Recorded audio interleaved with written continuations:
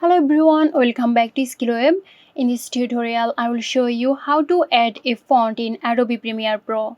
So let's get into the video.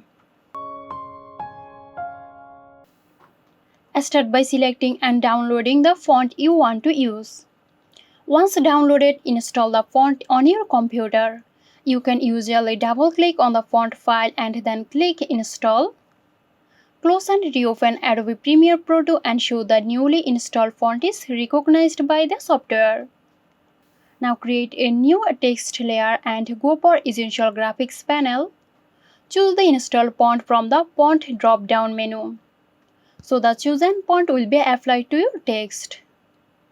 That's it. If you found this video helpful, give us a like and subscribe to our channel for more interesting videos. This video is sponsored by Xirosoft. Xirosoft offers graphic design, UI UX design, digital marketing and web development.